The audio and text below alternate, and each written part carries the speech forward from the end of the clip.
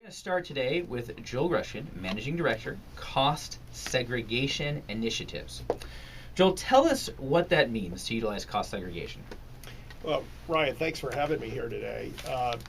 Cost segregation is something that is used by commercial real estate owners, whether that is owners of multifamily housing, everything from 4 units on up, to owners of office buildings, shopping centers, hotels, any kind of commercial real estate. And basically what cost segregation does is it changes the way you depreciate your building. So if you go out and you buy an office building and maybe you spend $5 million on it, the first thing that you should do along with your CPA is determine what the underlying land is worth. You back that land out because land doesn't depreciate. And then the IRS says what the remainder is. Let's say it was $1 million for the land, $4 million left for the building. You are able to then depreciate that $4 million, and straight line depreciation, according to the IRS, is 39 years on a commercial building, or 27 and a half years if it's residential property. And that includes whether it's a senior living community or an apartment building, doesn't matter the number of units, or even a single family residence is 27 and a half years. So if I'm going to do some math here real quick, commercial building, 39 and a half years, pardon me, I'm going to round that up to 40.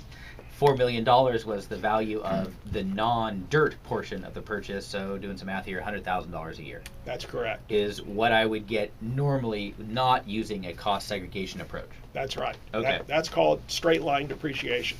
Okay. The problem with that is there are a lot of things that make up your property, your building, and the land improvements that don't last 39 years. There are a lot of things inside the building that have a life of 5 years, of 7 years. Things like carpet, wall coverings, cabinetry, molding, specialty lighting. It's all 5-year property. Or if it's a business property, building you bought to house your business, any things that you have to do to that building to make it work for your business are considered specialty items. Okay. In other words, if you needed more electric to be brought into the building so that the equipment you own can run, or you need more water, all of that is considered specialty, and it's actually going to have a 5-year life. So let's say we take that building that you bought and we break it down by studying the plans and drawings, and we determine that 30%, 40% of it is made up of things that have a 5-year life. So we're going to take that portion. So if we started with the $4 million and we say that 40% of it is 5-year property, so we're going to take $1.6 million and we'll fully depreciate that in the first 5 years of ownership.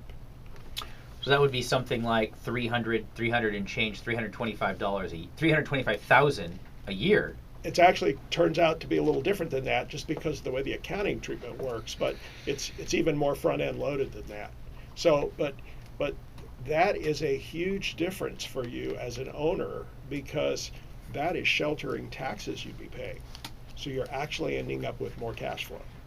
Right, so in the very back of the envelope, I calculated they're using as many fingers and toes as I have. Seems like you're able to take from about 100,000 to 300 and change thousand, or even more in terms of the depreciation in the beginning. Yes, in the first 5 years. In the first 5 years, yes. And that is the essence of what you're creating. It really here. is. And if we look at outside the building, all the walkways, driveways, landscape, things you can't see like drainage systems, that's all 15-year property. You know, these are things that over time have to be replaced. They might wear out. And according to the tax code, they only have a 15-year life. But you have to go in, break the building apart to get to those.